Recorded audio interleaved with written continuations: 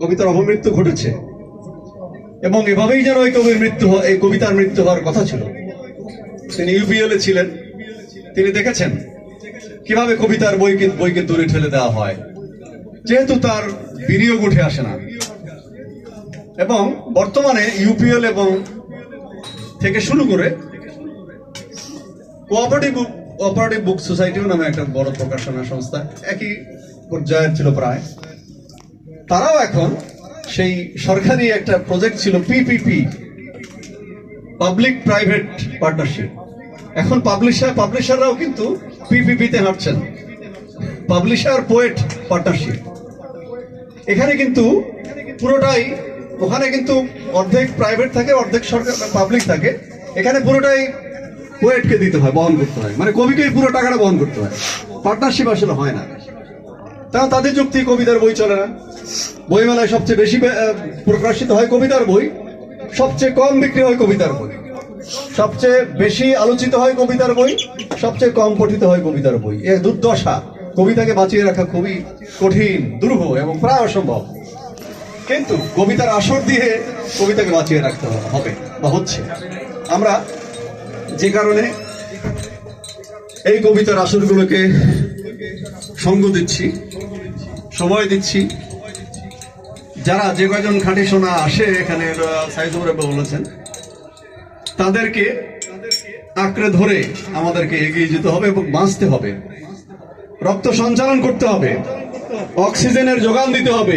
এভাবেই কবিতাকে যদি মুমূর্ষ কবিতাকে যদি বাঁচিয়ে রাখতে চান, গল্পকে বাঁচিয়ে রাখতে চান, প্রবন্ধকে বাঁচিয়ে রাখতে চান, সাহিত্যকে বাঁচিয়ে রাখতে চান, তাহলে যদি মৃতপ্রায় কবিতায় প্রাণ সঞ্চার করতে চান, তাহলে সুন্দরভাবে একটু আপনারা আসবেন এবং যারা আয়োজক আছেন তারাও যারা আসবেন তাদেরকে সম্মান করবেন, যত্ন করবেন, এটুকুই প্রত্যাশা। প্রথম সভা হয়েছিল, ওনাদের একটা ফেসবুক পেজ আছে, সেখানেও আমি আগের যে কথাগুলো বলেছি বা কবিতা পঠিত হয়েছে বা গান করেছে সেই সাহিত্য সভার কোনো পোস্ট আমি দেখিনি। অর্থাৎ ভিডিও করা হয়, ফেলে দেওয়া হয় অথবা রেখে দেওয়া হয়। তাহলে মানুষটা আসবে কিভাবে? তো ব্র্যান্ডিং হবে না। আপনাকে যারা আসছেন, আপনি কষ্ট করে আয়োজন করেছেন, যিনি কষ্ট করে আসেন তারও সমান কৃতিত্ব, আমি সমান বলবো, কম বেশিতে যাব না। তাহলে আপনি যদি তাদেরকে ধরে না রাখেন, না 2 জন হলে যথেষ্ট, অবশ্যই যথেষ্ট মনে করতে পারেন আপনি, কিন্তু 10 জন হলে অসুবিধা কি? আমরা তো চাচ্ছি যাতে এটা বাঁচে, কবিতা বাঁচে, সাহিত্য বাঁচে।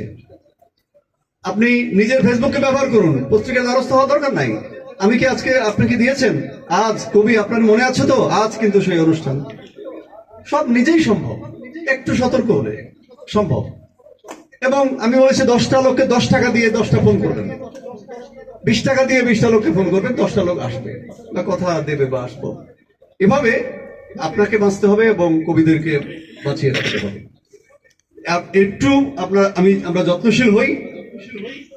কবিতা মরে যাক, অসুবিধা নাই, কবিরা বেঁচে থাক, বা যারা লিখেছিল একসময় একদা কি মনে পড়ে, একদিন বাঙালি ছিলাম রে, তো সেই একদিন কবি ছিলাম রে, এইটা মনে করেও কিন্তু সে বাঁচতে পারবে। কিন্তু কবিতাকে ভালোবেসেছিলাম, রবীন্দ্রনাথের মতো বলতে হয়, সেই কঠিনেরে ভালোবাসিলাম। তো আমরা সেই কঠিনেরে ভালোবেসে বাঁচতে চাই, অসুবিধা কি?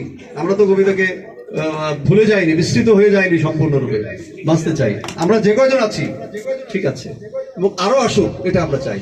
সে কারণে আমরা দুই পক্ষই আমরা একটু আরো যত্নশীল হব, যেটা ছাপ পরবর্তী আসরগুলোতে আমরা পাবো, দেখতে পাবো। এটুকুই আপনাদের কাছে আমার প্রত্যাশা। যারা এসছেন, সেই ইকবাল হোসেন ভাই গতবার এসেছিলেন, শাহিদ সবুর ভাই এসেছিলেন, এই ভাইরা তো এখানে থাকেন, আর সুমাই আজকে প্রথম এসছেন, এবং খান মোহাম্মদ সালেক ভাইকে আমি ধন্যবাদ জানাই। উনি একজন বিখ্যাত লেখক বাংলাদেশের, তিনি খুবই আপনার সাধারণ মানে উদার মনের মানুষ। তিনি এখানে ছিলেন, তিনি নাই, কিন্তু তারপর আমি বলছি যে তাকে বিশেষভাবে ধন্যবাদ জানাচ্ছি আমাকে আমন্ত্রণ জানানোর জন্য এবং কাজে লাগানোর জন্য। ধন্যবাদ আপনাদের সবাইকে, ধন্যবাদ।